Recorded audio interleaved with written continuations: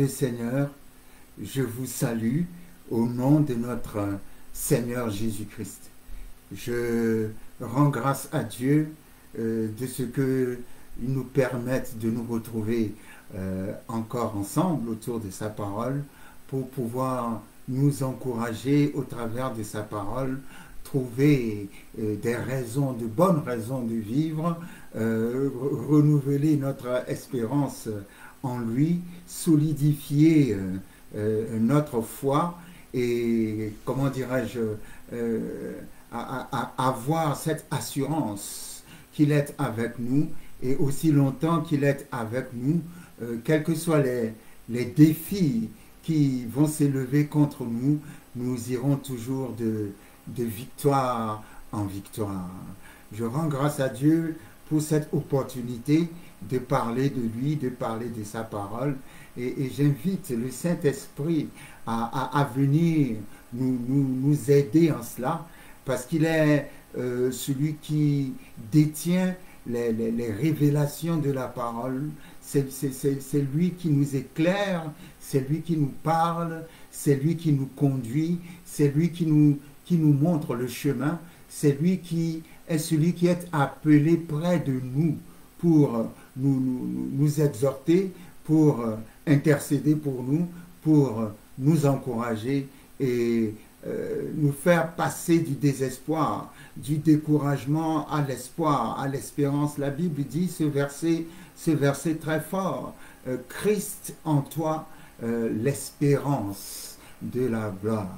S'il est en toi, ce n'est pas la désespérance. S'il est en toi, ce n'est pas le désespoir. S'il est en toi, ce n'est pas la déception. S'il est en toi, ce n'est pas le découragement. S'il est en toi, ce n'est pas l'abandon. S'il est en toi, ce n'est pas la tristesse permanente. Non, s'il est en toi, c'est l'espérance de la gloire.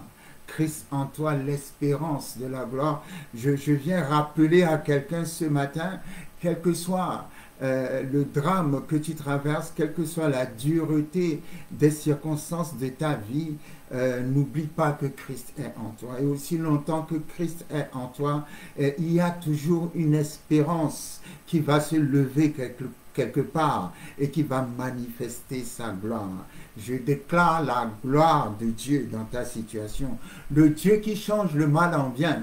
Le Dieu qui renverse les circonstances et les situations.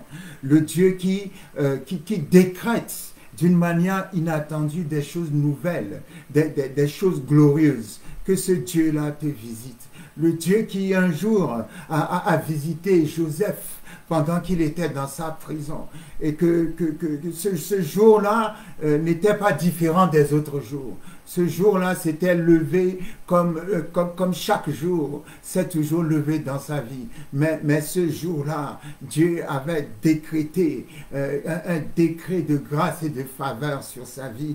La Bible dit, le Pharaon fit appeler Joseph, et Joseph, dans sa prison, se leva. La Bible dit, il se rasa et il changea de vêtements. Qu'est-ce que tu dirais si je te dis que la saison est venue pour toi, pour changer de vêtements? On t'a trop longtemps vu dans les vêtements de la pauvreté. On t'a trop longtemps vu dans les vêtements de la maladie. On t'a trop longtemps vu dans les vêtements de la tristesse. On t'a trop longtemps vu dans les vêtements du deuil. On t'a trop longtemps vu dans les vêtements de la dépression. On t'a trop longtemps vu dans les vêtements de la défaite. On t'a trop longtemps vu dans les vêtements des attaques permanentes. On t'a trop longtemps vu par terre. Le temps est arrivé. Maintenant, tu vas pouvoir te lever. Tu vas pouvoir te raser et tu vas pouvoir changer de vêtements.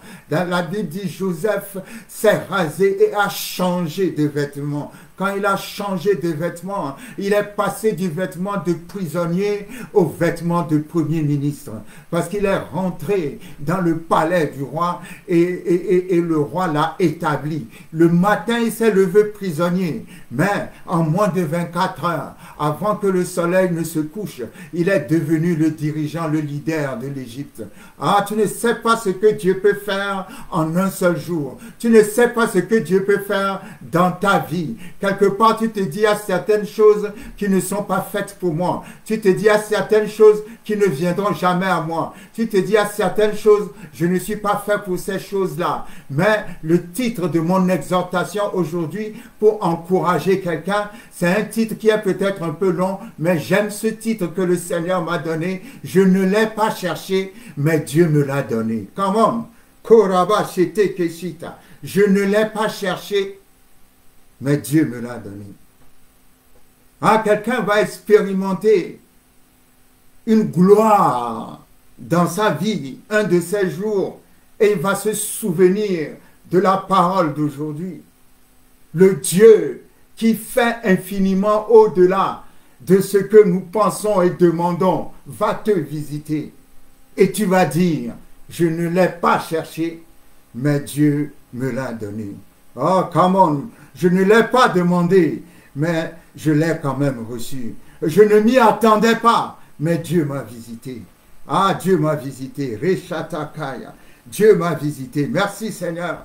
Merci Seigneur. Je voudrais parler de plusieurs personnages.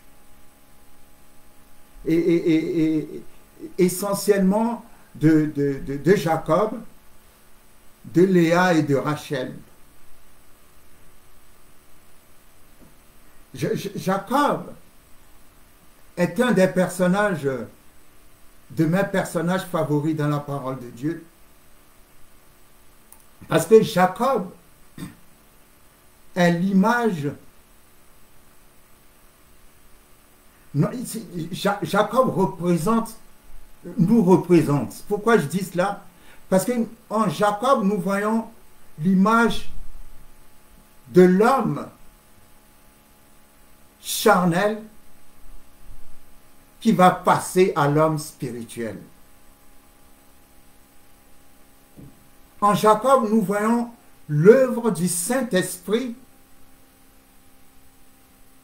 dans sa mission de transformation. Vous savez, le Saint-Esprit nous a été donné pour nous transformer. Nous venons au Seigneur Jésus pour recevoir le salut. Mais après avoir reçu le Seigneur comme notre Seigneur et Sauveur, nous devons travailler, comme la Bible dit, sur notre salut. Nous devons travailler sur notre, notre caractère. Nous devons travailler sur notre personnalité avec l'aide du Saint-Esprit qui nous a été donné. Je dis souvent que ce qui intéresse Dieu dans notre relation avec lui, ce n'est pas de nous donner tout ce que nous lui demandons. Non, ce n'est pas ça qui intéresse Dieu. Ce qui intéresse Dieu dans notre relation avec lui, c'est notre transformation.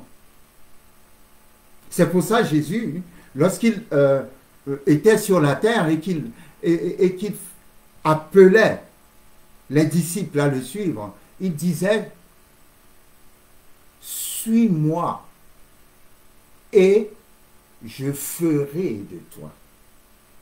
Suis-moi et en me suivant, tu vas entrer dans un processus de transformation. Et c'est ça que Dieu veut. Dieu veut nous transformer de l'homme naturel, de l'homme charnel à l'homme spirituel. Dieu veut nous transformer. Il veut que nous expérimentions la nouvelle naissance dans tous les domaines de notre vie. Tu ne peux pas venir à Dieu et rester comme tu étais avant. Non. Si tu viens à Dieu, une transformation doit s'opérer dans ta vie. Et tout le monde peut voir cette transformation. Et cette transformation, c'est l'œuvre du Saint-Esprit. Et lorsque nous voyons Jacob, nous voyons que Jacob est l'image parfaite du Saint-Esprit qui nous transforme justement de Jacob en Israël ou qui nous fait passer de la chair à l'esprit. Lorsque nous allons dans Exode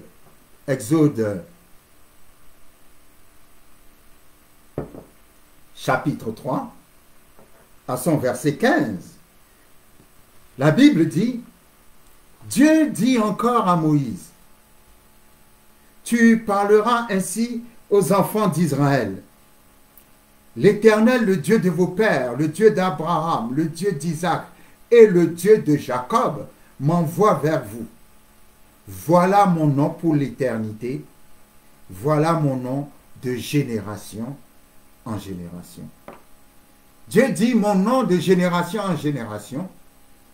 C'est le Dieu d'Abraham, le Dieu d'Isaac et le Dieu de Jacob. Abraham, le père, Isaac, le fils, et Jacob, le Saint-Esprit, dans son œuvre de transformation de Jacob à Israël. Et c'est curieux, parce que lorsque nous observons Abraham a connu 3 femmes dans sa vie. Jacob en connaîtra 2 plus leurs servantes, donc ça fait au total 4. Mais Isaac, qui est l'image du Fils de Jésus-Christ, n'en a connu qu'une. Et Jésus n'a qu'une seule épouse, c'est vous et moi, c'est l'Église. Donc nous voyons là Abraham le père, Isaac le fils, Jacob le Saint-Esprit dans son œuvre de transformation. Et c'est cette œuvre de transformation qui est ma prière aujourd'hui. Nous avons besoin d'être transformés. Lorsque nous allons dans Genèse chapitre 29, la Bible dit dans Genèse chapitre 29, Jacob se mit en marche et s'en alla au pays des fils de l'Orient. Il regarda et voici, il y avait un puits dans les champs, et voici, il y avait à côté 3 troupeaux de brebis qui se reposaient, car c'était à ce puits qu'on abreuvait les troupeaux. Et la pierre sous l'ouverture du puits était grande. Tous les troupeaux se rassemblaient là, on roulait la pierre de dessus l'ouverture du puits, on abreuvait les troupeaux, et l'on remettait la pierre à sa place sur l'ouverture du puits. Jacob dit aux bergers, mes frères, d'où êtes-vous? Ils répondirent, nous sommes de Charan. Il leur dit, connaissez-vous Laban, fils de Nachor? Ils répondirent, nous le connaissons.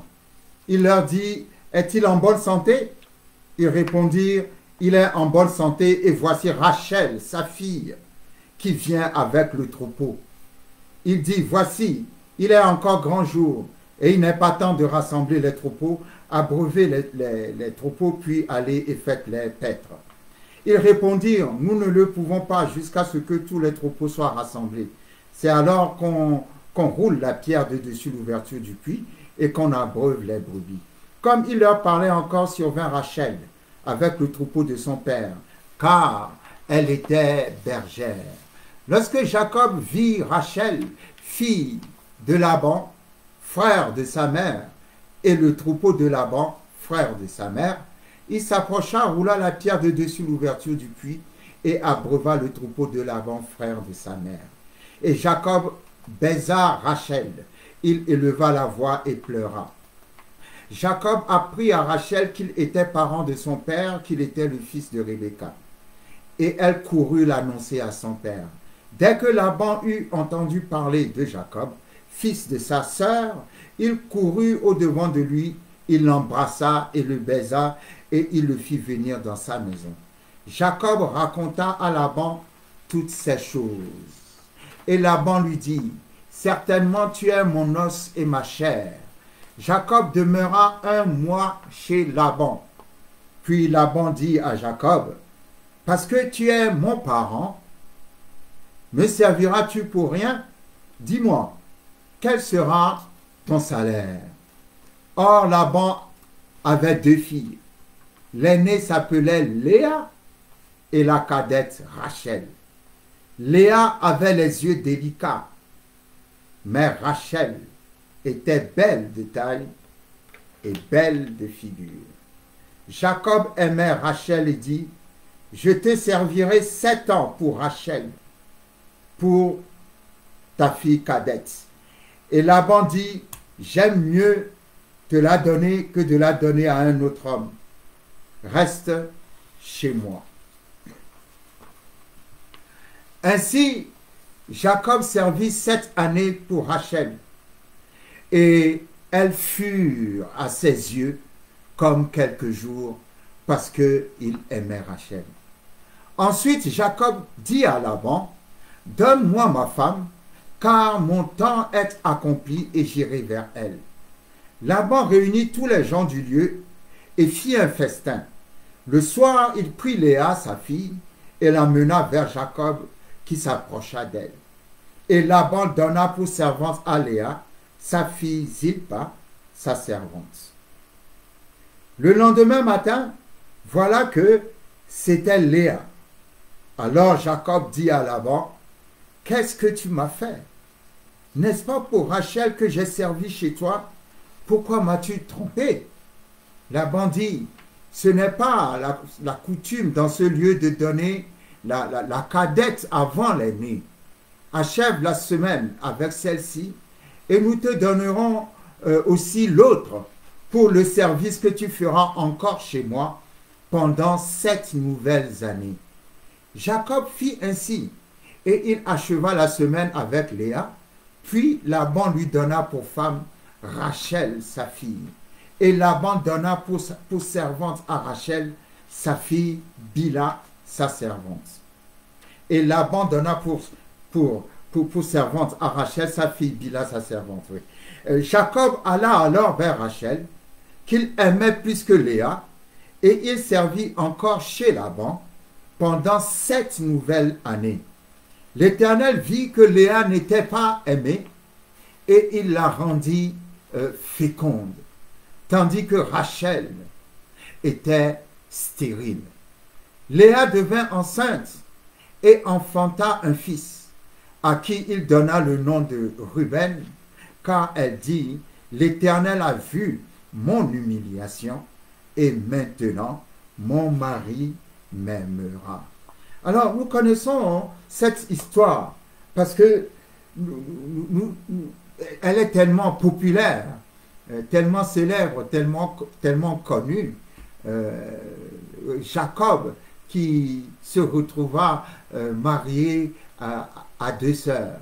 Et nous allons dégager de cette histoire un certain nombre de leçons, parce que comme la parole de Dieu nous le montre, elle est d'une richesse infinie et elle est remplie de mystères. Et nous demandons au Saint-Esprit de venir nous accompagner dans la compréhension, l'explication, l'exposé de ce texte. La Bible nous dit que Jacob, arrivé chez son oncle Laban, a rencontré Rachel. Rachel au puits. Il a rencontré Rachel au puits et, comment dirais-je, tout de suite quand il a vu Rachel, la beauté de Rachel l'a frappé. Et j'aime bien la Bible fait une présentation très délicate des 2 filles de Laban. La Bible dit avec beaucoup de délicatesse, Léa avait les yeux délicats, mais Rachel était belle de taille et belle de figure. La Bible, évidemment, n'a pas voulu dire que Léa était laide, mais la manière dont la présentation a été faite, c'est comme si Léa avait une certaine laideur, et cette laideur était en rapport avec ses yeux. Elle était disqualifiée à cause de ses yeux. Et tandis que Rachel était belle de figure et belle de taille. Et lorsque Jacob a rencontré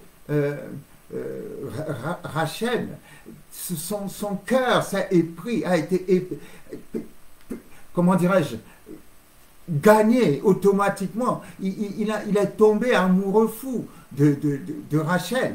Et lorsque il aura été chez son oncle et que son oncle lui demandera quel salaire dois-je te donner parce que tu ne peux pas être chez moi juste comme cela, il faudra que tu fasses quelque chose et que je te rémunère.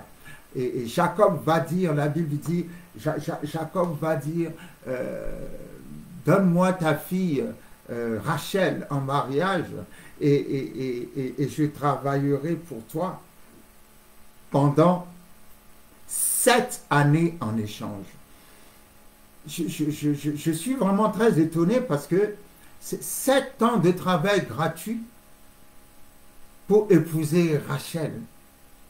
Alors je me suis dit, mais c'est pas curiosité. J'aurais bien aimé voir le visage de Rachel. Parce que Rachel était tellement belle que quelqu'un est prêt à travailler pendant 7 années gratuitement, juste, enfin c'est pas gratuitement, mais je veux dire 7 années juste pour l'épouser. Ça, c'est extraordinaire. Et la Bible va dire, Laban va accepter la proposition de Jacob. Et ce que la Bible précise en plus, c'est que la Bible dit, ces 7 années ont été pour Jacob comme quelques jours parce qu'il aimait Rachel. Comment? Ça, c'est trop fort. Ça, c'est vraiment trop fort. Ces 7 années ont été comme quelques jours pour Jacob parce que Jacob aimait Rachel. Rachel, c'est la beauté physique, c'est la beauté apparente, c'est la beauté, comment dirais-je, fatale, c'est la beauté qui attire la chair, c'est la beauté qui excite la chair, c'est la beauté qui excite la vue, c'est la beauté, c'est l'apparence des choses qui se présentent très belles et très attirantes. Et lorsqu'on se trouve en face de ces genres de choses, on est attiré, évidemment, par la chair, parce que ce sont les désirs de la chair. La chair nous pousse toujours vers ce qui a la belle apparence, la belle attirance. Et ce n'est pas un péché d'être belle, ce n'est pas un péché d'être beau, ce n'est pas du tout un péché d'apprécier les belles choses. Mais je veux juste dire par là que les choses peuvent être belles en apparence, mais lorsque on a l'Esprit de Dieu, on ne reste pas sur l'apparence, on va au-delà de l'apparence. Parce qu'une beauté peut être une beauté en apparence et une laideur à l'intérieur. Et une laideur peut être une laideur en apparence et une grande beauté à l'intérieur. Mais ici, nous avons affaire avec Jacob. Jacob qui était un homme qui était très sensible au désir de la chair. Vous savez, lorsque nous lisons 1 Corinthiens chapitre 2, je crois que vers la fin de 1 Corinthiens chapitre 2, au commencement de 1 Corinthiens chapitre 3, l'apôtre Paul nous parle de 3 types d'hommes. il a parlé de l'homme naturel. L'homme naturel pour qui les choses de Dieu sont comme une folie. L'homme naturel ne connaît pas Dieu. L'homme naturel est naturel. Il n'a pas la parole de Dieu, il ne connaît pas Dieu. Ensuite, il a parlé de l'homme charnel. L'homme charnel, en revanche, c'est quelqu'un qui connaît Dieu, mais qui ne marche pas selon la parole de Dieu. L'homme charnel, c'est quelqu'un qui connaît la parole, mais qui n'obéit pas à la parole. Il est charnel parce qu'il ne vit pas selon l'esprit, il ne vit pas dans l'esprit, il n'obéit pas à la parole parce qu'il se laisse dominer par les désirs de la chair. Et en troisième position, il a parlé de l'homme spirituel. Et l'homme spirituel, c'est un homme qui connaît, c'est quelqu'un qui connaît la parole et qui marche selon la parole. Quelque part, nous avons tous commencé comme l'homme naturel. Ensuite, nous avons reçu la parole de Dieu. Et nous avons reçu la parole de Dieu, mais il ne nous a pas toujours été facile de marcher selon la parole de Dieu. Mais c'est ce que la Bible dit. La Bible nous exhorte à marcher selon l'esprit, c'est-à-dire selon la parole, c'est-à-dire selon la volonté parfaite de Dieu, et ne pas marcher selon la dictature de la chair. Parce que la chair a des désirs qui sont contraires à ceux de l'esprit. Et c'est pour ça l'apôtre Paul, il ira jusqu'à dire, je traite durement mon corps afin de le maîtriser, afin qu'il ne me pousse pas à faire des choses qui sont contraires à ce que je prêche. Donc, lorsque nous n'arrivons pas à maîtriser la chair, nous sommes charnels, quoique nous connaissons la parole de Dieu. Donc, Jacob était très charnel parce que il était très excité, surexcité devant la beauté apparente des choses. Et nous voyons avec Rachel, quand il a vu Rachel, il était dans un état d'excitation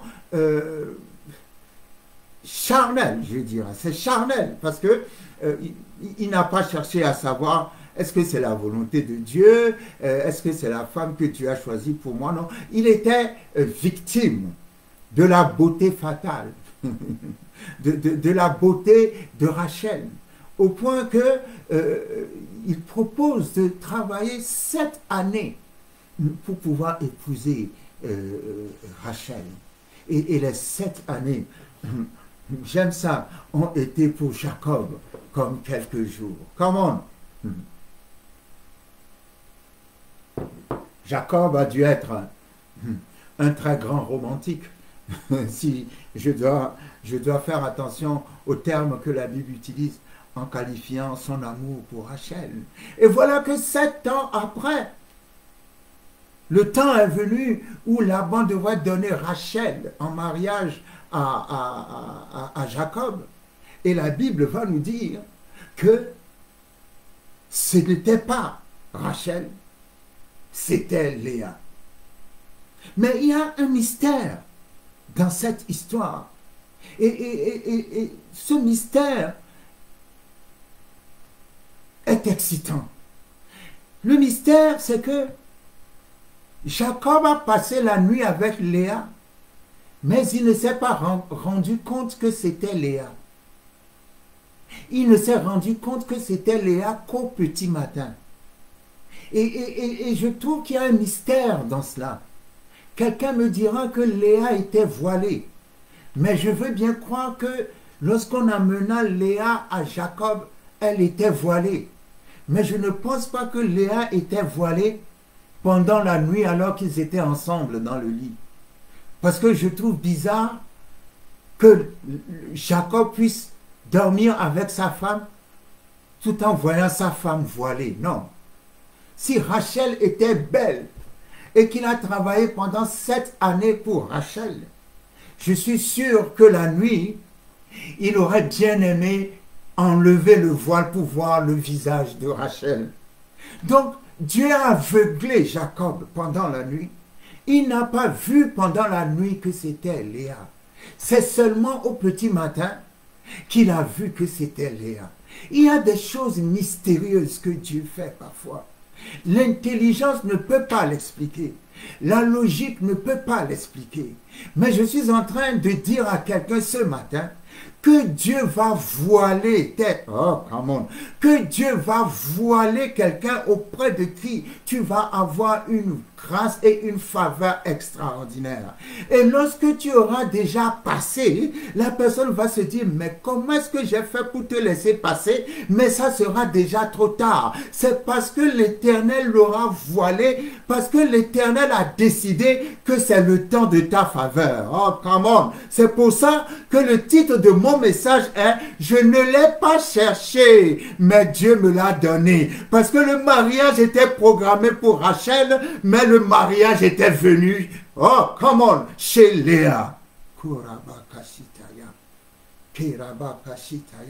Il y a quelque chose qui vient vers toi. Tu n'y as jamais pensé, tu ne l'as jamais imaginé, tu ne l'as jamais demandé, mais Dieu a décidé de te le donner. Oh, je me mets à la place de Léa. Léa, la laide selon les critères des hommes. Come on. La laide selon les critères des hommes. Parce que la Bible dit, Rachel était très belle, mais Léa avait les yeux délicats. Sa laideur venait de ses yeux. Elle avait les yeux qui n'étaient peut-être pas beaux pour voir les hommes, mais malgré la laideur de ses yeux, comment quelqu'un doit recevoir.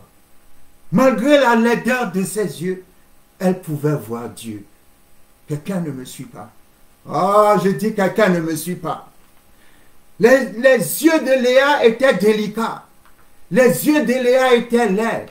À cause de ses yeux, selon les critères des hommes, elle n'était pas belle. Mes yeux ne sont pas aussi beaux que les tiens. Je n'ai peut-être pas un beau visage. Je n'ai peut-être pas de beaux yeux, mais mes yeux peuvent voir Dieu.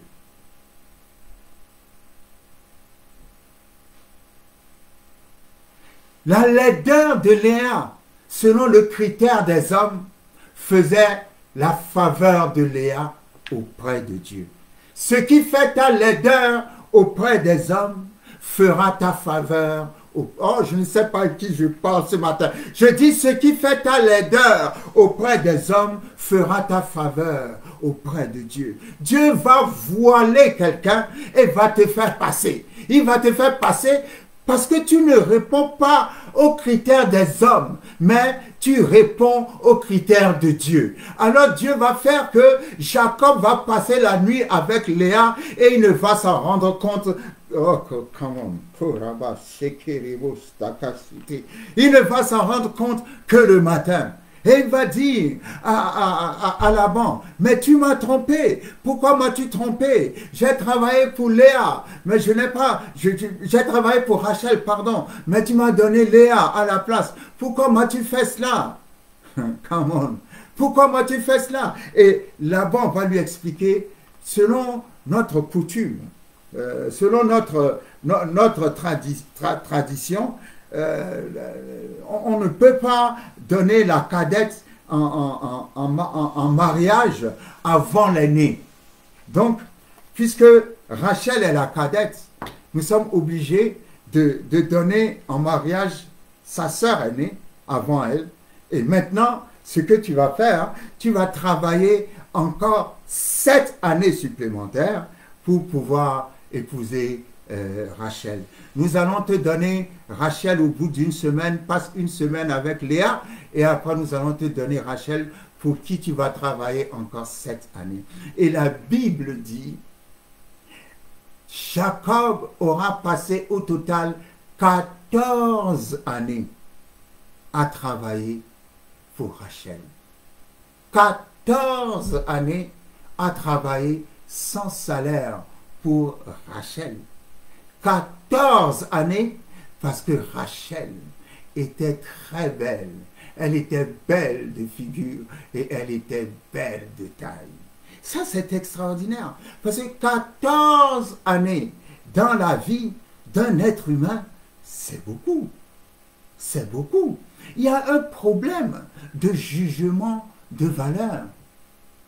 Tu ne vas pas sacrifier 14 années de ta vie parce que tu as rencontré une beauté fatale. Tu ne vas pas sacrifier 14 années de ta vie parce que la chair, pour les désirs de la chair. Et la Bible dit, il aimait énormément Rachel. Et la Bible dit, quand vous lisez l'histoire, que Dieu vit que Léa n'était pas aimée. Alors, une traduction dit, il lui ouvrit les entrailles. Dieu vit que Léa était tellement malheureuse dans ce mariage et Dieu a ouvert les entrailles de Léa, tandis que Rachel était stérile. Lorsque Léa enfanta son premier fils, Léa dit, la Bible dit, Léa devint enceinte, verset 32, Genèse 29, et enfanta un fils à qui elle donna le nom de Ruben, car elle dit, l'Éternel a vu mon humiliation, et maintenant, mon mari m'aimera. C'est pour ça que je dis, Léa n'avait pas de beaux yeux pour les hommes, mais malgré la laideur de ses yeux pouvaient voir Dieu. Oh, come on! Et aussi longtemps que ses yeux pouvaient voir Dieu, la faveur de Dieu descendait sur elle. Ah, vous savez, Élisée a dit à Élie, je veux le double de ton esprit. Je veux le double de ton onction. Élie a dit à Élisée dans 2 Rois 2, tu demandes quelque chose bien difficile, mais si tu me vois, ce que tu as demandé, tu le recevras. Aussi longtemps que tu peux voir Dieu, aussi longtemps que tu peux voir la manifestation de Dieu, aussi longtemps que tu peux voir la gloire de Dieu viendra te visiter. Léa n'avait pas de beaux yeux, mais les yeux de Léa pouvaient voir Dieu. Oh, come on, toi tu as de beaux yeux, tes yeux sont tellement beaux, on peut travailler peut-être 14 ans rien que pour admirer tes yeux, mais tes yeux ne voient pas Dieu. Je préfère avoir des yeux laids, mais qui voient Dieu, plutôt que de beaux yeux qui ne savent pas, oh, come on, regarder Dieu, qui ne savent pas se concentrer sur Dieu, parce que l'état de Léa pouvait la pousser dans des lamentations permanentes. C'est ça, je dis à quelqu'un. Arrête tes lamentations. Parce que Dieu n'est pas un Dieu de lamentation. Dieu est un Dieu d'adoration. Oh, quelqu'un ne m'a pas compris. Je dis Dieu n'a rien à faire de tes lamentations. Mais commence avec l'adoration.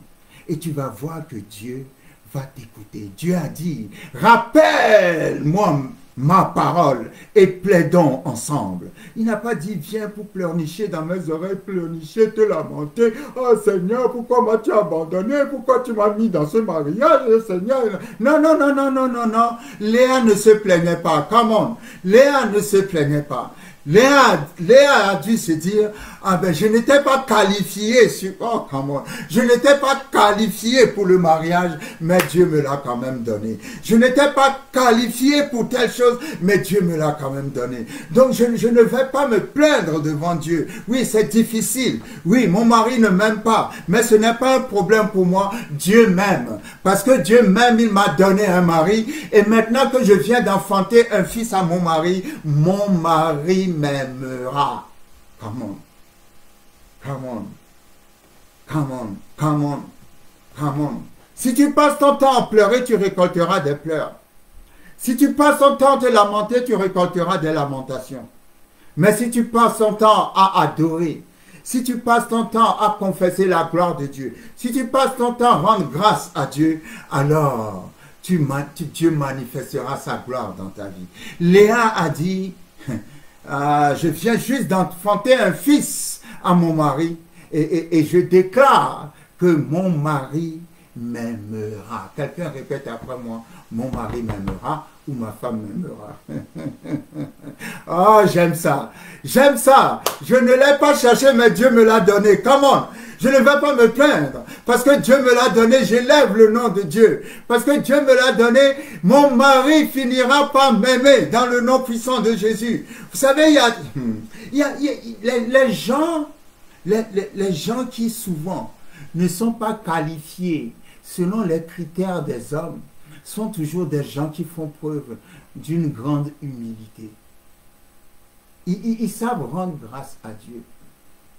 Lorsque Dieu leur fait quelque chose, ils savent reconnaître la grandeur de Dieu dans ce que Dieu leur fait.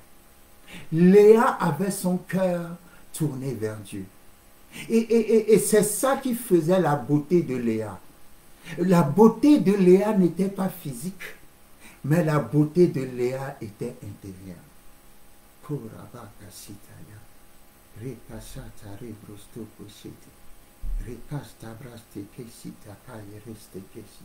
Je ne suis pas en train de faire le procès de Rachel ou le procès de Léa. Non, je n'ai rien contre les Rachel, je n'ai rien contre les Léa. Je parle de la chair et je parle de l'esprit. Jacob était tellement charnel qu'il pouvait donner 14 années de sa vie à ce qui est beau en apparence. L'Esprit de Dieu ne nous conduit pas à chercher les choses belles en apparence. L'Esprit de Dieu nous conduit à chercher la beauté du cœur, la beauté intérieure. C'est pourquoi, quand Samuel, le sacrificateur, était arrivé dans la maison de Isaïe, le père de David, qui avait 8 garçons, il était venu pour oindre David, qui était le 8e, le dernier, mais qui n'était pas dans la maison. Il était dans la montagne en train de garder les brebis de son père. Mais quand Samuel est arrivé dans sa maison, les 7 frères aînés étaient là. Et parmi les 7 frères, il y avait Eliab, qui était beau et grand, comme Saül. Et comme Samuel aimait beaucoup Saül, que Dieu avait rejeté, quand il a vu Eliab, il s'est dit, c'est certainement loin de l'Éternel.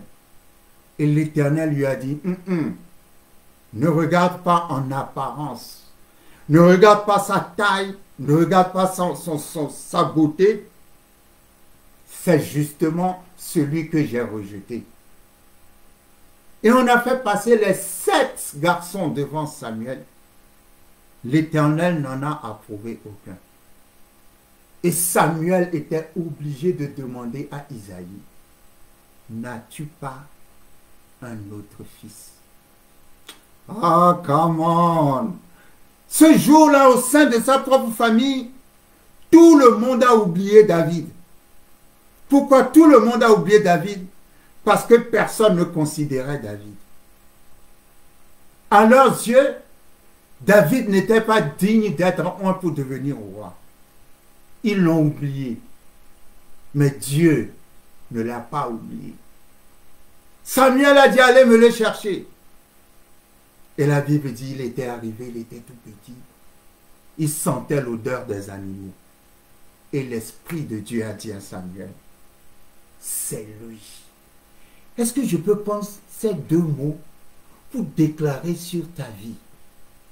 Oh, come on. C'est lui. C'est elle. C'est toi. Je viens dans ta maison pour te dire ce matin, c'est toi. Tu n'y as jamais pensé, mais c'est toi.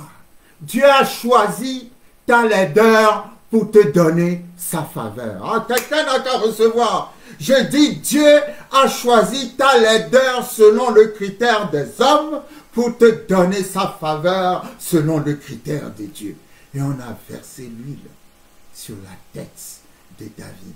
Et la Bible dit, car l'homme regarde à l'apparence, mais Dieu regarde au cœur. Quel que soit le choix que tu dois ou que tu vas faire dans ta vie, va au-delà de l'apparence. Ne choisis pas les désirs de la chair.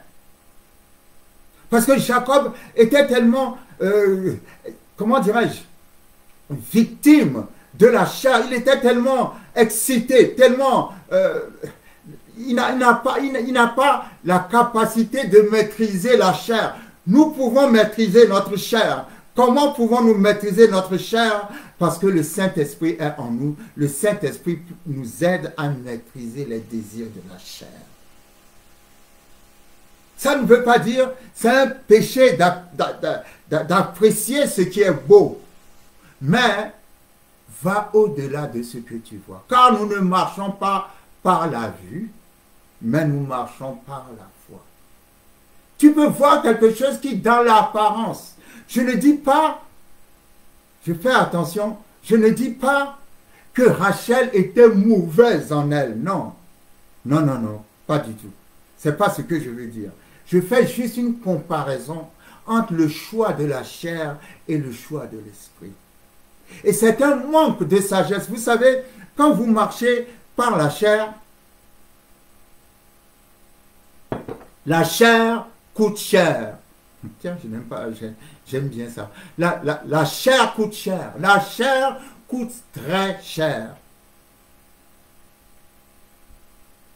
Vous savez, la Bible dit, à chaque fois que Léa faisait un enfant, elle avait une prière, une déclaration à l'égard de Dieu.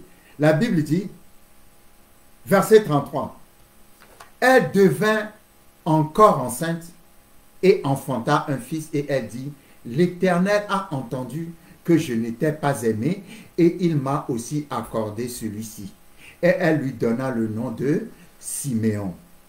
Elle devint encore enceinte et enfanta un fils et elle dit, pour cette fois, mon mari s'attachera à moi car je lui ai enfanté 3 fils. C'est pourquoi on lui donna le nom de Lévi. J'aime bien le verset 34 parce que elle a commencé par dire mon mari m'aimera. Et la 3e fois qu'elle a mis au monde, elle a dit cette fois mon mari s'attachera à moi. Alors si elle dit mon mari s'attachera à moi, c'est que son mari a commencé à l'aimer. Ah, quelqu'un ne me suit pas. Ah, Korebosh Takashita. Ézéchiel 37, Dieu a montré à Ézéchiel la vallée remplie d'ossements. Il a dit, il a demandé à Ézéchiel, crois-tu que ces ossements peuvent encore revivre? Ézéchiel, au fond de lui, s'est dit, ces ossements ne peuvent pas revivre. Mais par politesse, il a dit à Dieu, en tout cas, Seigneur, c'est toi qui le sais. C'est toi qui le sais, veut dire, en fait, je ne crois pas que ces ossements peuvent revivre. Et l'Éternel a dit à Ézéchiel, prophétise. Prophétise. Sois le prophète de ta vie. Sois la prophétesse de ta vie. Ne reste pas là à pleurer, à te lamenter 24 heures sur 24.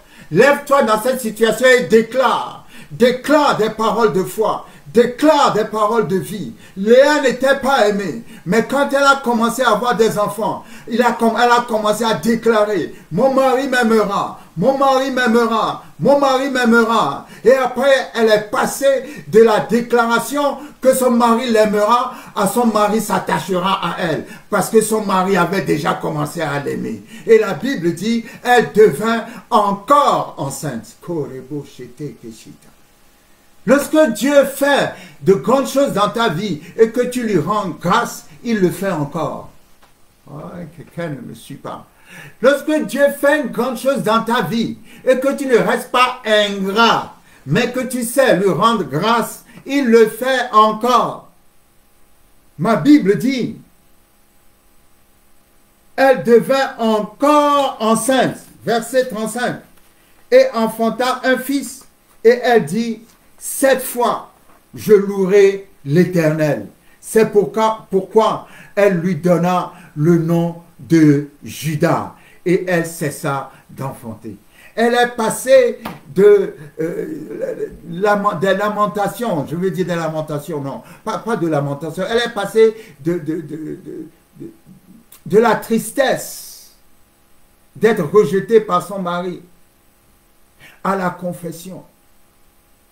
De la confession, elle a gagné l'amour de son mari, au point que son mari est attaché à elle.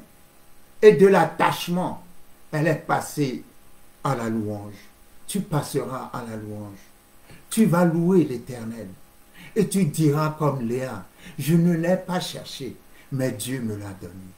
Alors que tout le monde programmait le mariage de Rachel, alors qu'elle était disqualifiée, il y a quelque chose, lorsque les gens te voient, les gens pensent que cette chose n'est pas faite pour toi. Mais moi, je suis venu te dire ce matin, la prédication d'aujourd'hui n'est pas pour tout le monde. La prédication d'aujourd'hui, c'est pour ceux que la société a disqualifiés. On t'a mis à part, on t'a rejeté. Il y a des choses, les gens, oh, come on, les gens se disent, ça peut arriver à tout le monde, mais sauf à toi. Mais ma Bible me dit, quand je lis 1 Corinthiens chapitre 1, que Dieu choisit les choses folles pour confondre les sages, les choses que les hommes ont rejetées. C'est pour ça que cette parole prophétique est venue dans ma bouche, la parole que l'Esprit de Dieu a dit à Samuel dans la maison de David. La parole est, c'est lui.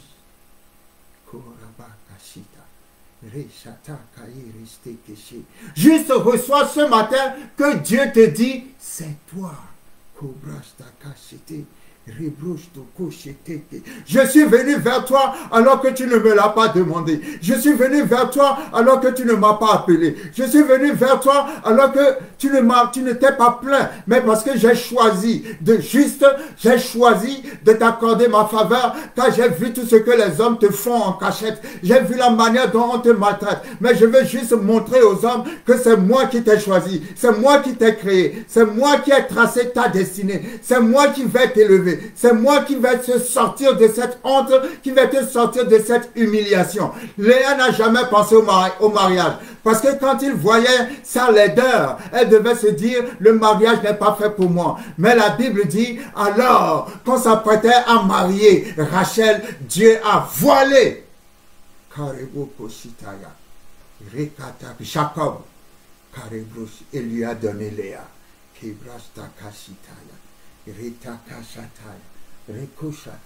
Dieu va te voiler. Il va voiler, pardon. Il ne va pas te voiler, il va voiler tous ceux qui ne veulent pas te laisser passer. Tous ceux qui ne veulent pas te laisser passer, c'est eux qui vont t'ouvrir grandement la porte. Et quand tu vas passer, après que tu sois passé, après que c'est déjà trop tard, après que c'est déjà consommé, alors ils vont se dire, mais comment tu as fait pour passer? Comment j'ai fait pour passer? Mais c'est toi qui m'as fait passer. Mais quand tu me faisais passer, je passais, mais tu ne m'as pas vu. Oh! Je passais, mais tu ne m'as pas vu. Parce que la faveur de Dieu m'a voilé. Parce que la grâce de Dieu m'a voilé. Parce que je ne l'ai pas demandé. Parce que je ne l'ai pas cherché. Mais Dieu est venu vers moi. Dieu m'a pris par la main. Et Dieu m'a fait passer. Je suis passé devant toi. C'est toi qui m'as ouvert la porte, mais tu ne m'as pas vu.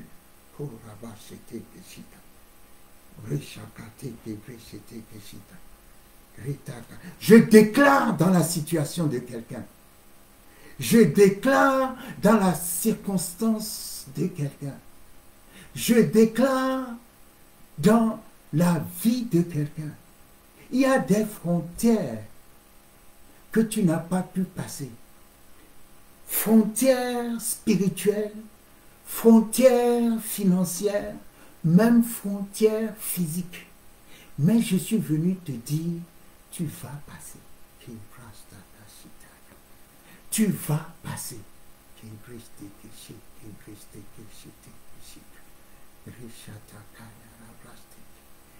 Et la Bible dit, Dieu va se souvenir de Rachel. Et Rachel va tomber enceinte. Et Rachel va mettre au monde. Mais ce que je veux que nous voyons, c'est que Rachel était belle dans l'apparence, mais elle n'était pas belle dans l'intérieur. Quelqu'un va me demander pourquoi. Parce que alors que Rachel, cherchait à avoir des enfants et qu'elle n'en avait pas, elle avait mis sa foi dans autre chose qu'en Dieu. Elle s'était découragée de Dieu et avait abandonné Dieu.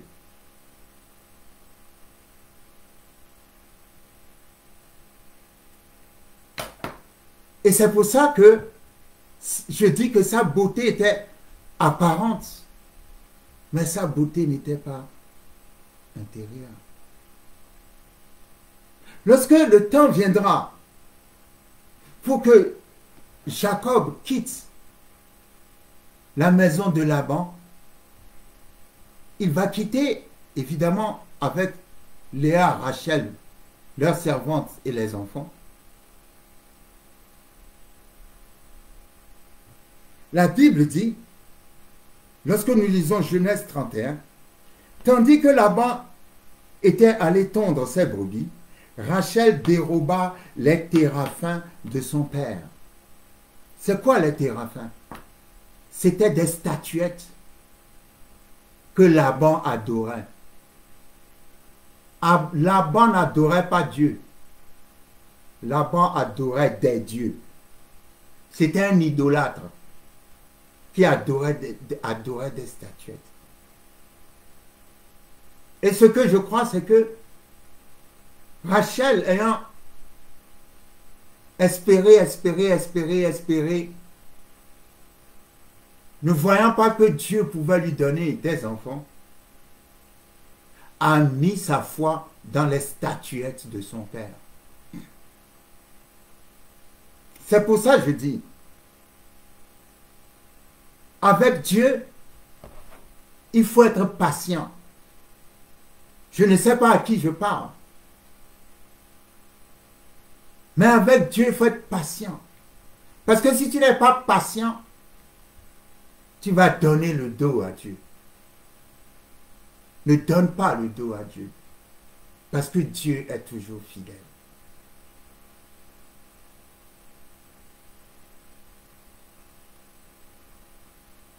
Rachel va mettre sa foi dans les statuettes de son père.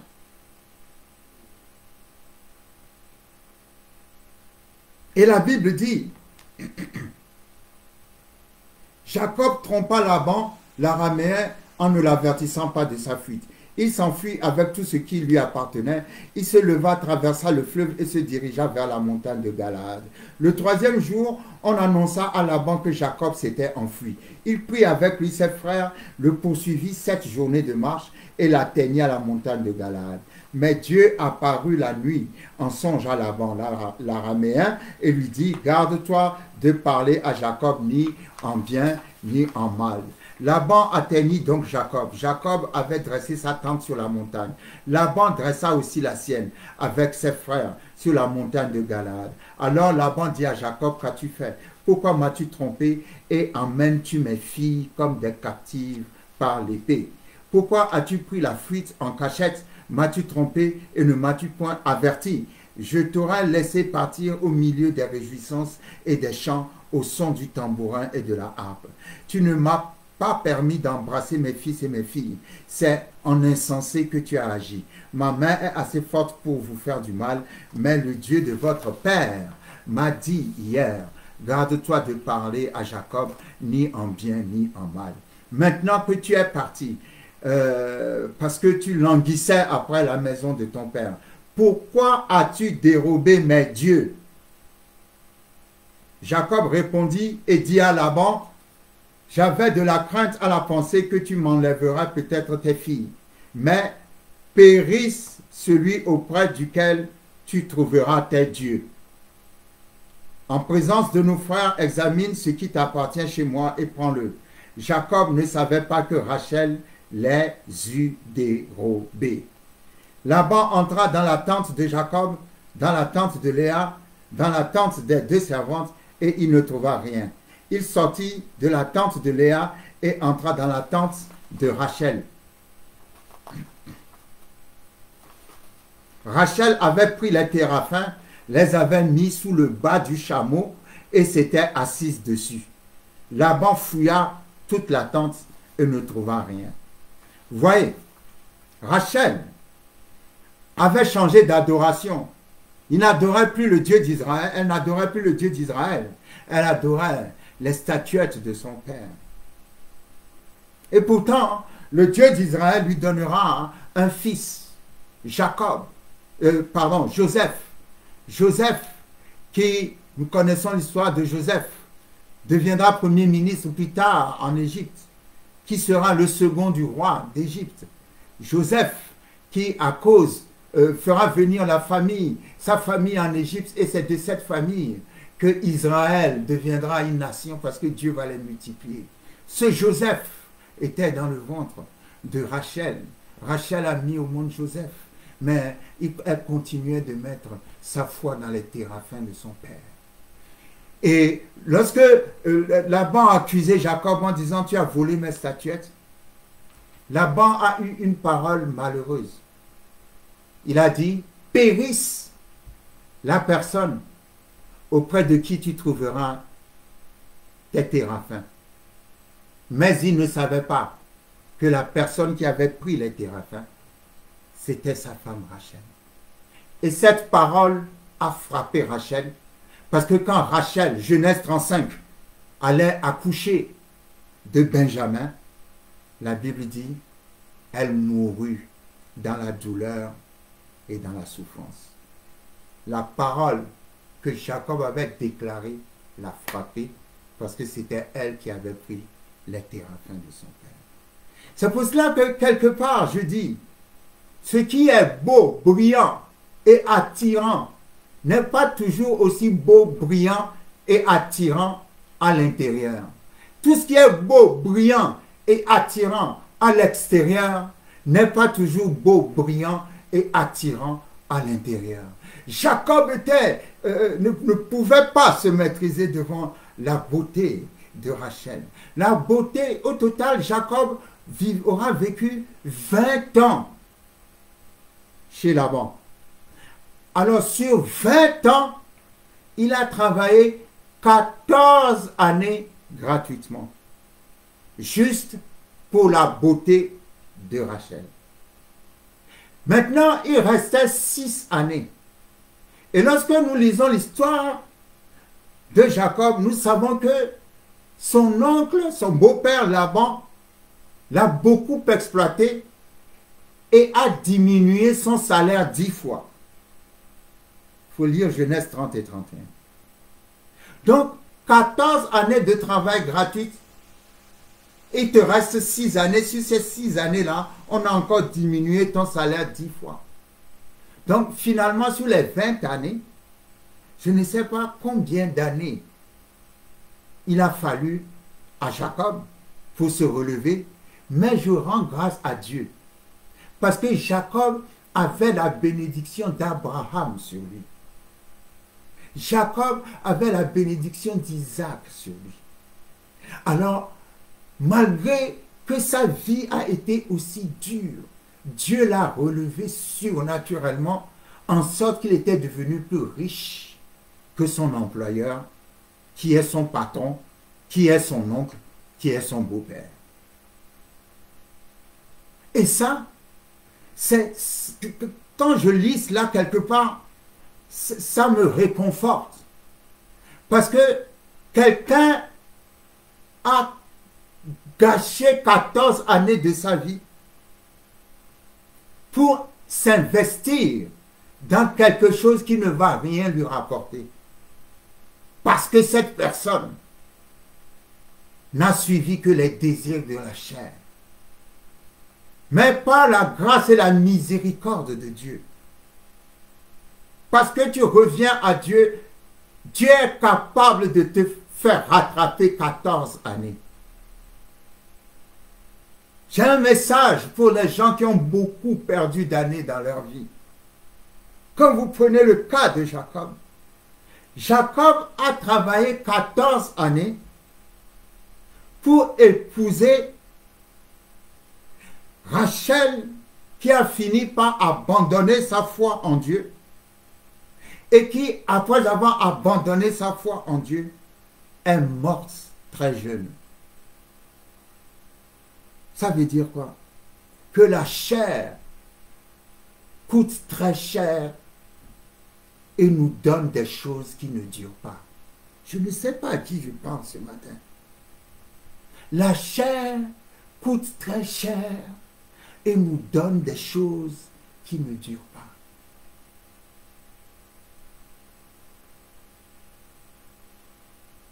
Et ce qui est malheureux avec Rachel, je le dis toujours, je sais que ma prédication prend du temps, mais pardonnez-moi, je veux aller en profondeur et finir avec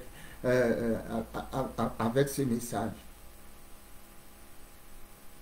C'est que Rachel pensait que Dieu ne l'aimait pas. Parce que Dieu ne lui donnait pas des enfants quand elle voulait en avoir. C'est pas parce que Dieu ne te donne pas ce que tu veux quand tu le veux que Dieu ne t'aime pas.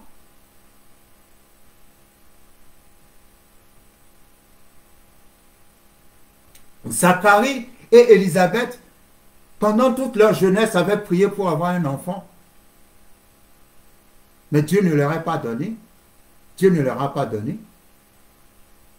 La Bible n'a jamais dit qu'ils ont arrêté d'adorer Dieu, parce que la Bible dit, alors que Zacharie servait Dieu dans le temple, l'ange lui est apparu et l'ange lui a dit, ta prière a été exaucée. Zacharie avait même oublié sa prière, parce qu'il était devenu vieux. Mais ce qu'il n'a pas eu dans sa jeunesse, Dieu lui a donné dans sa vieillesse. Ils ont eu Jean-Baptiste. Ce n'est pas toi qui détermine le temps, c'est Dieu qui détermine le temps. Toi, ce que Dieu attend de toi, c'est de rester fidèle. Mais malgré que Rachel avait abandonné l'adoration de Dieu, Dieu lui a quand même donné 2 enfants. Joseph lui-même est devenu un vice-roi. Ensuite, son frère Benjamin. De Benjamin sortira le premier roi d'Israël, Saül. De Saül descendra plus tard la reine Esther. Oh, come on. Il y a quelqu'un qui est en train de se plaindre, de se lamenter. Ah, Dieu n'écoute pas, Dieu n'écoute. Qui t'a dit que Dieu n'écoute pas? Rachel pensait que Dieu ne l'aimait pas, ne voulait pas lui donner des enfants, alors que Dieu avait investi des rois dans ses entrailles.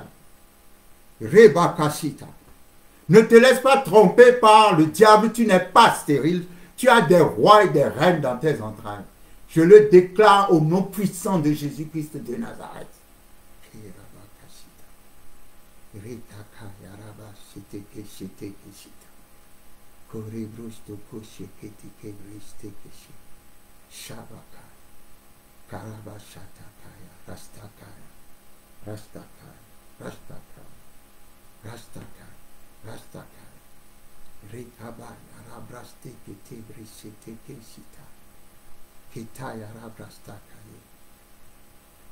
Donc Jacob a fait tout ça pour que Rachel parte très jeune. Jacob a fait tout ça pour que Jacob change de Dieu. Il a investi, quand tu vois sa vie, il a investi dans quelque chose qui ne lui a pas été si utile, mais qui lui a tout coûté. Je prie Quelqu'un avec la sagesse du temps se rend compte. J'ai passé toutes ces années à m'investir dans ça, à faire ça, à faire ça. Toutes ces choses étaient charnelles. Aujourd'hui, je me retrouve avec plus de 14 années de perdu dans ma vie. Mais j'ai une parole pour toi. Dieu peut te faire rattraper 14 années en moins de 24 heures. Et c'est ce Dieu que je veux prêcher ce matin. Léa veut dire fatigué. Rachel veut dire brebis. Peut-être que la vie t'a fatigué. La vie t'a tellement fatigué que toi-même tu as démissionné. Il y a des choses auxquelles tu ne t'entends plus. Tu ne t'attends plus à ces choses-là. Mais la parole pour toi ce matin, c'est que je ne l'ai pas cherché, mais Dieu me l'a donné. Que Dieu te visite. Le Dieu qui rachète les choses que les hommes ont rejetées.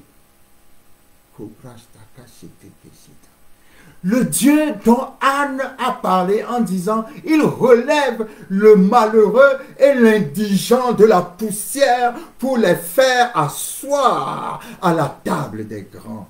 Que ce Dieu te visite.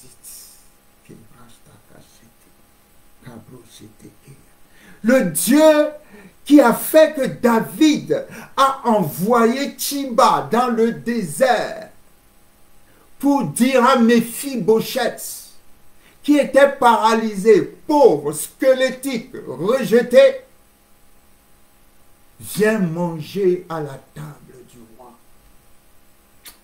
Que ce Dieu te visite.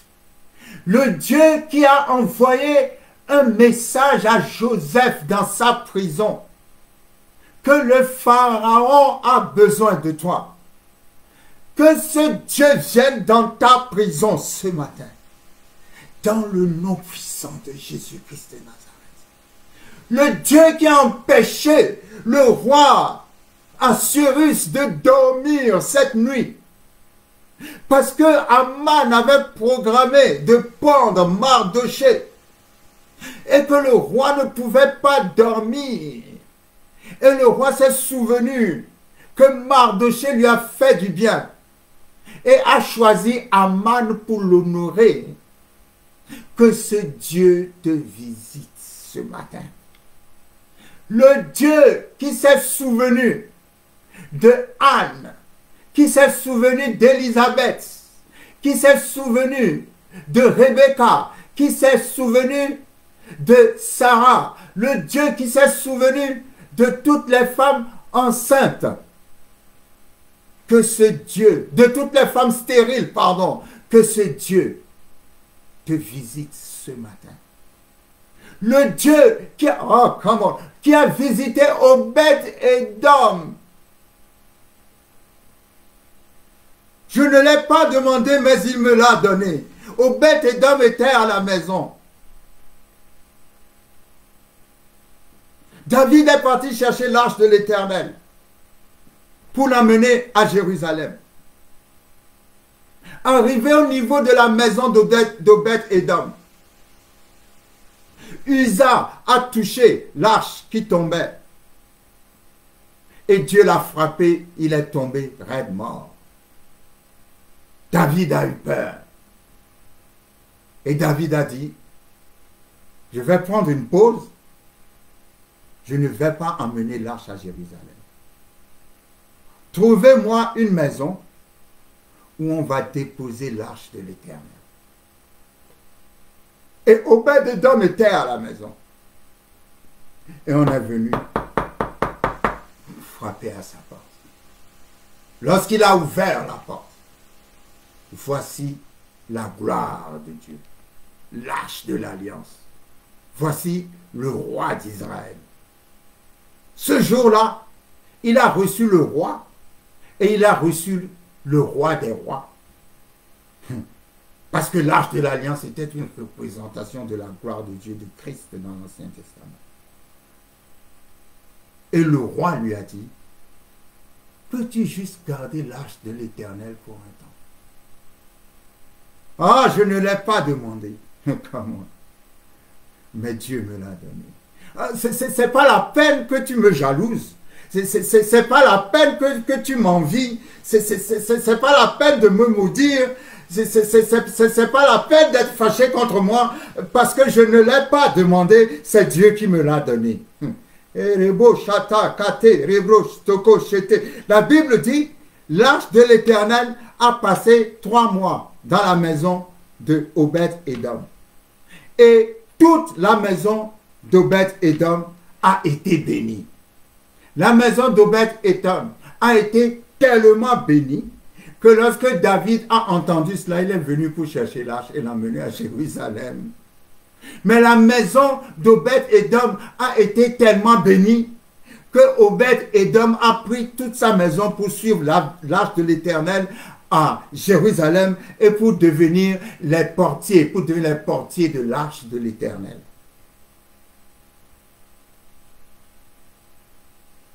Dieu a fait tellement de bien à Obed-Édom qu'il a pris toute sa famille pour suivre l'arche de l'Éternel et aller adorer Dieu à Jérusalem, parce qu'ils ont dit, nous n'allons plus jamais quitter la présence de ce Dieu-là. Et la Bible dit qu'il a pris tous les membres de sa famille, il a pris ses fils, ses arrière-petits-fils, ils étaient au nombre de 62. 62 personnes de la même famille qui ont décidé d'aller vivre à Jérusalem et d'aller travailler dans le temple parce que l'arche de l'Éternel les a tellement bénis qu'ils n'ont plus jamais voulu que l'arche de l'Éternel quitte leur présence. Come on! Mais il n'a pas demandé l'arche. Il n'a pas prié pour que l'arche vienne.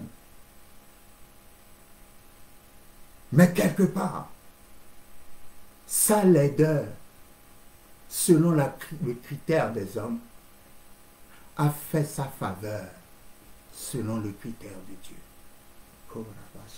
Léa était rejetée. Oh, j'ai tellement de choses à dire sur Léa, Rachel et Jacob. Léa était tellement rejetée. Mais Léa est celle qui va mettre au monde Judas de qui sortira Jésus. Donc dans Léa se trouvait Jésus.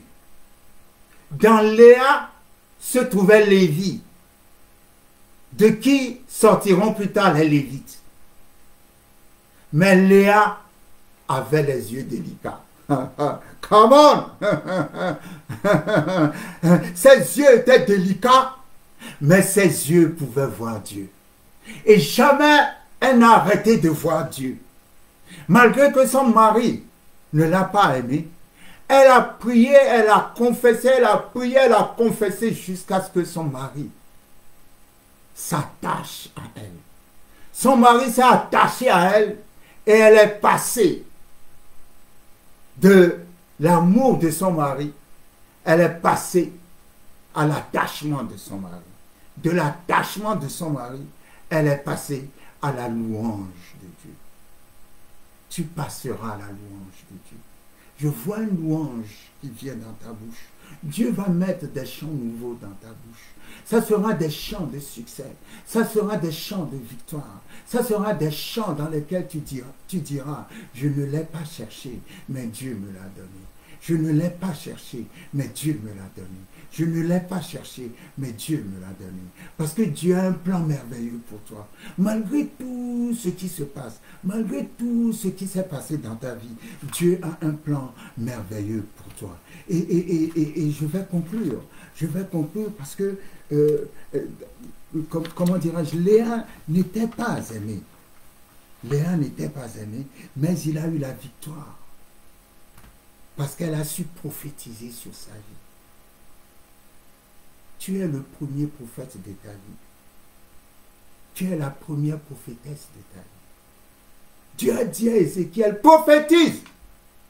et dit à ces ossements, vous vivrez. Je mettrai mon esprit en vous et vous vivrez. Et la Bible dit, quand Ézéchiel a commencé à prophétiser, il y eut un bruit. Après le bruit, il y eut un mouvement. Après le mouvement, il y eut des nerfs qui sont venus sur les os. Après les nerfs, il y eut la peau qui est venue. Après la peau, il y eut l'Esprit de Dieu qui est venu. Et les ossements qui ont commencé par devenir des squelettes, les ossements sont devenus une armée de l'Éternel. Parce que des squelettes, ils ont eu des nerfs, il y a eu la peau, après la peau, il y a eu l'esprit qui est entré en eux. Et les ossements qui étaient séchés sont devenus une armée vivante et puissante de l'Éternel.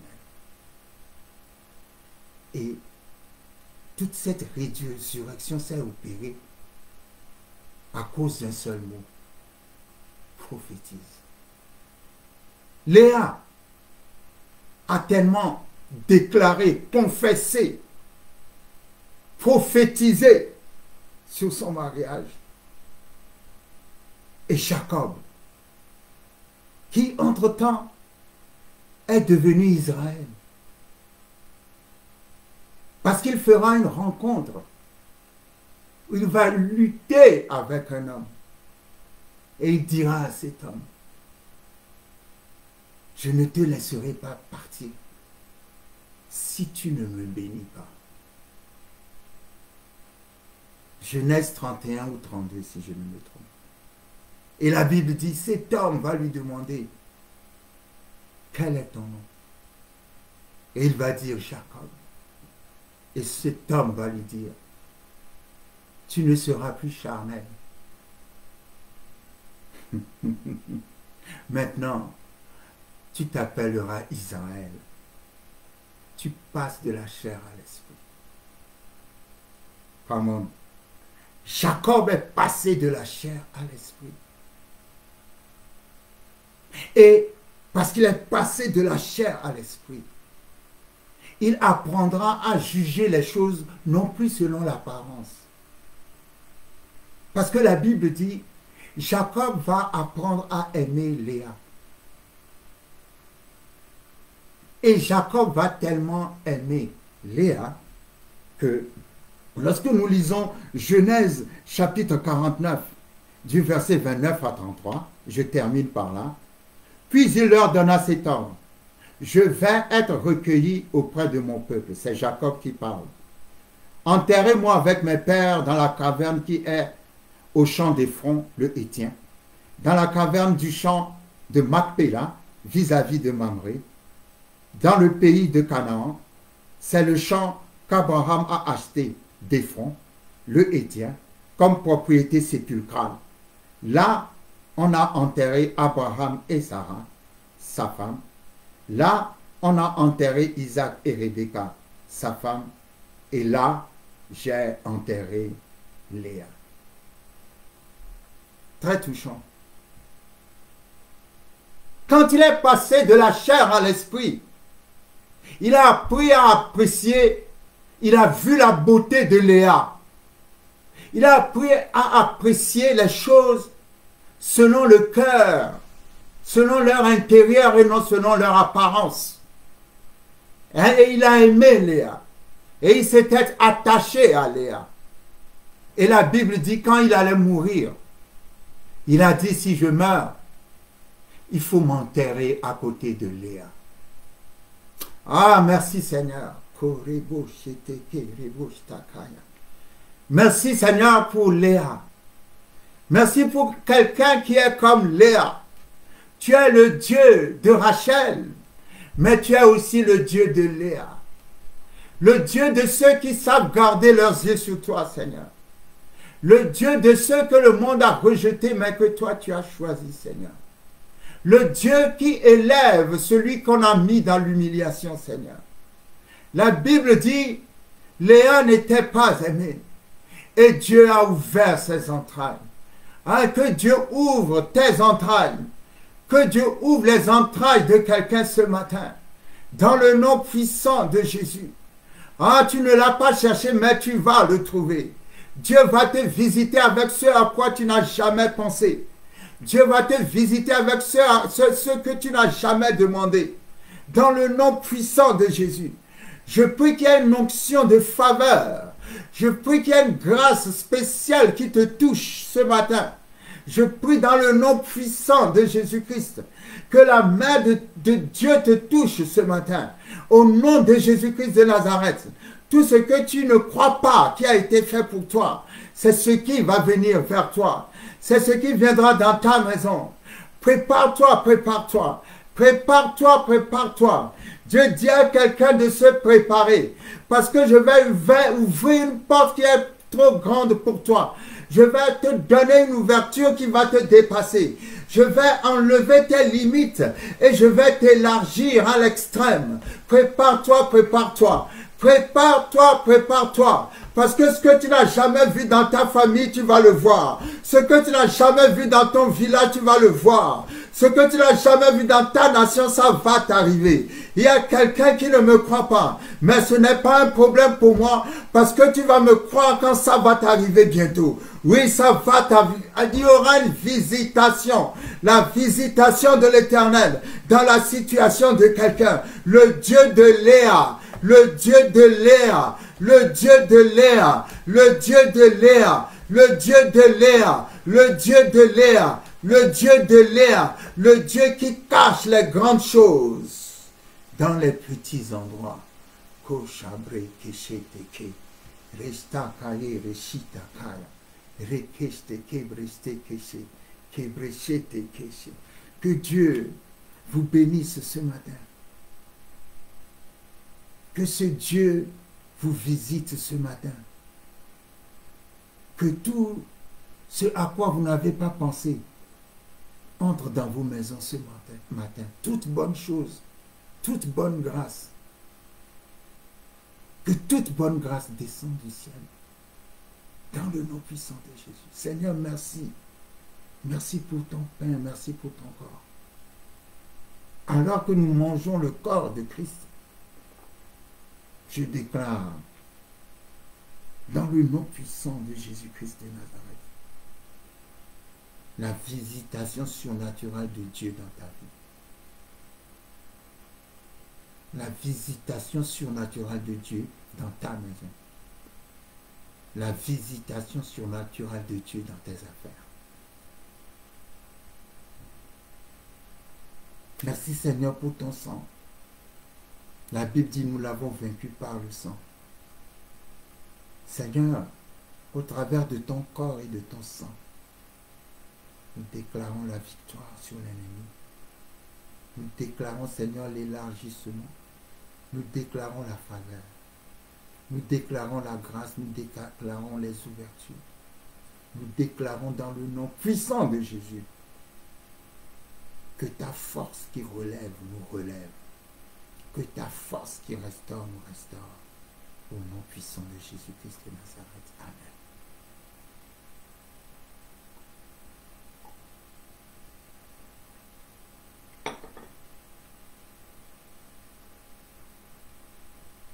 Merci Seigneur pour ta parole. Je vous souhaite une semaine très honte. Et que la parole qui a été déclarée ce matin se manifeste dans votre vie. Que Dieu vous visite d'une manière extraordinaire. Au nom de Jésus-Christ de Nazareth. Amen.